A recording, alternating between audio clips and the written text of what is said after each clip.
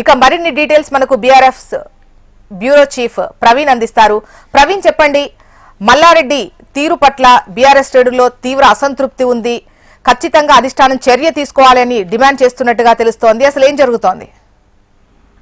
చూసినా గత కొద్ది రోజుల నుంచి బీఆర్ఎస్ పార్టీకి సంబంధించిన కార్యక్రమంలో మల్లారెడ్డి ఎక్కడ కూడా పాల్గొనట్లేదు. రీసెంట్ గా మల్లారెడ్డి తన కార్యకర్తకు సంబంధించిన బర్త్డే వేడుకల్లో కూడా నేను బీఆర్ఎస్ పార్టీకి దూరంగా ఉంటున్నాను అంటూ కూడా ఒక కామెంట్ చేస్తారు. నేను బీఆర్ఎస్ పార్టీకి దూరంగా ఉంటున్నాను కాబట్టి మీరు అందరూ నా దగ్గరికి రావట్లేదు అనే విధంగా కామెంట్ చేయడం కూడా ఆసక్తికరంగా కూడా బీఆర్ఎస్ పార్టీలో కూడా మల్లారెడ్డి పైన కూడా చర్చ అయితే జరిగిందని చెప్పుకోవచ్చు. తాజాగా కూడా యువ సంగ్రామ సదస్సు పేరుతో కూడా సర్నార్ స్టేడియంలో బీఆర్ఎస్ పార్టీ మాత్రం యువకులు అదేవిధంగా నిరుద్యోగులతో ఒక సభను కూడా ఏర్పాటు చేసింది. దాని సన్నాహక సమావేశానికి సంబంధించి ఎల్బినార్ ఎమ్మెల్యే సుధీరెడ్డి నివాసంలో కూడా మీటింగ్ ఏర్పాటు చేశారు కేటీఆర్. ఆ మీటింగ్ మాత్రం మల్లారెడ్డి కూడా హాజరు కాలేదు. ఆ తర్వాత సభకు కూడా మల్లారెడ్డి హాజరు కాలేదు. అదే రోజు సాయంత్రం మాత్రం ముఖ్యమంత్రి రేవంత్ రెడ్డి ఏదైతే అందశ్రీకి సంబంధించిన 1 year కు సంబంధించిన మాత్రం వర్ధంతి సభలో కూడా మల్లారెడ్డి పాల్గొన్న సమయంలో మాజీ ముఖ్యమంత్రి కేసీఆర్ ని విమర్శిస్తున్న సమయంలో మాత్రం వెనకాలే అంటే ముఖ్యమంత్రి రేవంత్ రెడ్డి మాట్లాడుతున్న సమయంలో మాత్రం అదే ఫ్రేమ్ లో మొత్తం మల్లారెడ్డి కూడా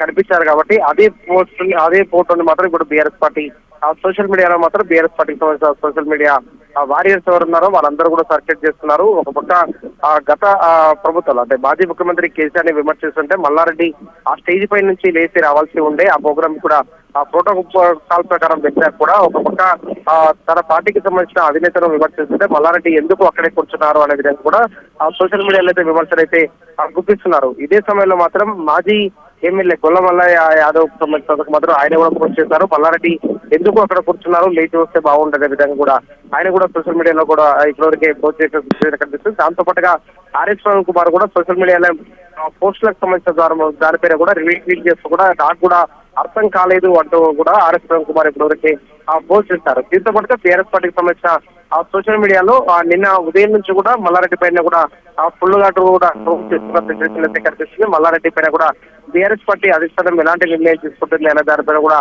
వేచి చూడాలి అంటూ కూడా వాళ్ళందరూ కూడా కామెంట్లు అయితే చేస్తున్న సిచ్యువేషన్ అయితే కనిపిస్తుంది. కానీ గత కొద్ది రోజుల నుంచి కూడా మల్లారెడ్డి బీజేపీ పార్టీలో చేరుతారు అనే దానిపైన కూడా ఒక ప్రచారం జరుగుతుంది. గతంలో మల్లారెడ్డి ఫోటోలకు సంబంధించి ప్రీతిరెడ్డి కూడా ఎంపీ టికెట్ కూడా ఆశిస్తుంది. ఎంపీ టికెట్ ఆశిస్తున్న నేపథ్యంలోనే మల్లారెడ్డి ఇప్పుడు సైలెంట్ గా ఉంటున్నారు అనే విధంగా కూడా ఒక విమర్శలు అయితే గుర్తిస్తున్నారు. ఇదే సమయంలో మాత్రం సోషల్ మీడియా వేదికగా తన బిజినెస్ లకు సంబంధించినంత మాత్రం ఏమైనా ఆటంకాలు ఏర్పడ్డాయా, ఎందుకు మల్లారెడ్డి స్టేజ్ పైన కూడా మాట్లాడలేకపోయారు, ఎందుకు అక్కడి నుంచి లేకపోయారు అనే విధంగా కూడా ఒక కామెంట్లు అయితే జరుగుతున్న సిచ్యువేషన్ అయితే కనిపిస్తుంది. దీనిపైన ఇప్పటివరకే మల్లారెడ్డి మాత్రం స్పందించలేదని చెప్పుకోవచ్చు. మల్లారెడ్డి ప్రజెంట్ తిరుపతిలో ఉన్నారు. తిరుపతి నుంచి వచ్చిన తర్వాత మాత్రం ఏమైనా స్పందిస్తారనే దానిపైన కూడా ఒక ఆసక్తి రేపుతున్న సిచ్యువేషన్ అయితే కనిపిస్తుంది. మల్లారెడ్డి గత కొద్ది రోజుల నుంచి అంటే తన 50వ పెళ్లి రోజు సంబరాలు చేసుకున్న సమయంలో మాత్రం మాజీ ముఖ్యమంత్రి కేసీఆర్ వస్తారని కూడా ఆశించారు. ఆ తర్వాత బీఆర్ఎస్ పార్టీకి సంబంధించిన వర్కింగ్ ప్రెసిడెంట్ కావచ్చు, హరీష్ రావు కావచ్చు, ఆ బీఆర్ఎస్ పార్టీకి సంబంధించిన ముఖ్య నేతలందరూ వస్తారని ఆశించారు కూడా వాళ్ళెవరు కూడా